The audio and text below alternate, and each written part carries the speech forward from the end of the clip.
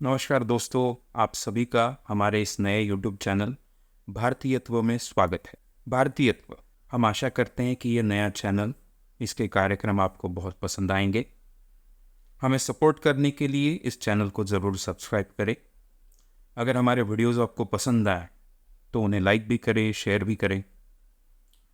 पर यहाँ पर हम चाहेंगे कि उतना ही महत्वपूर्ण है आप उन पर विचार करके वहाँ पे कमेंट करें, हमसे इन विषयों पर चर्चा करें। भारतीयत्व यानी क्या? तो भारतीयत्व मेरे लिए है एक भारतीय होने का एहसास। जब मैं हमारे इतिहास को देखता हूँ, भारत का एक लंबा इतिहास रहा है, प्रदीर्घ इतिहास रहा है। जैसे देखता हूँ कि हमारे देश में, हमारी संस्कृति में इतनी विविधता रही है, विचारों की, तत्वज्ञान की इतनी बड़ी परंपरा रही है कि कई धर्मों का जन्म यहाँ पे हुआ है। हमें दिखता है हिंदू संस्कृति पूरी यहाँ पे बनी, बुद्ध धर्म यहाँ पे बना, जैनिज्म, सिखिज्म, ऐसे कई धर्मों की जननी भारत में हमको दिखती है। तो ये विचारधारा के भी एक बड़ा इतिहास हमारे देश का है। उसके बारे में जब भी जानता हूँ तो भारतीय होने का एक एहसास, एक भारतीयत्व मुझ में और महसूस होता है। फिर जब हम देखते हैं, पूरे देश में घूमते हैं, हमारे देश का भूगोल देखते हैं, वहाँ पे भी एक चीज़ दिखती है कि बहुत विविधता है। और वहाँ पे हम इंसानों ने, जो भारतीयों ने, इतने अलग अलग सांस्कृतिक धरोहरें हमारी हैं, यानी मानव निर्मित गुफाएं हों या फिर प्राचीन मंदिर हो, इतने सुंदर सुंदर जो वास्तुशास्त्र के बड़े नमूने हैं। तो मुगल कालीन हमको बहुत बड़ा आर्किटेक्चर अच्छा दिखता है, जैसे ताजमहल हो, लाल किला हो, या इतने सारे पूरे देश में हमारे हैं। तो इनमें जब भी मैं जाता हूँ, जब इन्हें देखता हूँ, इनको महसूस करता हूँ, तो फिर एक भारतीयत्व मुझे महसूस होता है। पर एक भारत के तौर पे पूरा देश हमारा, हम जानते हैं कि बना स्वतंत्रता संग्राम के बाद।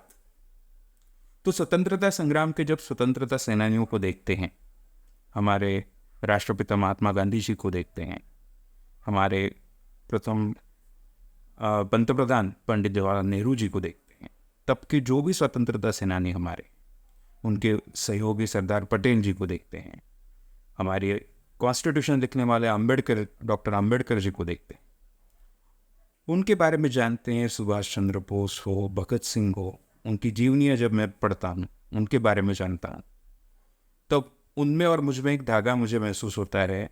जो धागा हम दूसरे को एक करता है वो है भारतीयत्व का एहसास। तो वहाँ से एक बड़ा भारतीयत्व का एहसास मुझ में आता है। तो ये जो संविधान जब मैं पढ़ता हूँ और ये लोकतंत्र हमारे जब देखता हूँ, तब मुझ में वो भारतीयत्व का एहसास और भी बढ़ता है। आज हमारा भारत के तौर पर अस्तित्व है, हमारी एक पहचान है, उसका बहुत बड़ा हिस्सा आज किस तरह से हमारा देश चल रहा है उससे आता है। और ये हमारे लोकतंत्र से आ रहा है, जो लोकतंत्र के संवैधानिक मूल्य है उनसे आ रहा है। तो जब अभी बीच में जब 2019 के इलेक्शन चल रहे थे, तो एक वीडियो बड़ी वायरल हुई थी कि बहुत बूढ़ा इंसान, जो शायद काफ़ी गरीब घर से होगा, उसके कपड़ों से उसे देखकर ऐसा एहसास हो रहा था कि काफ़ी गरीब इंसान है, और ऐसा इंसान जाकर वोट डाल रहा था।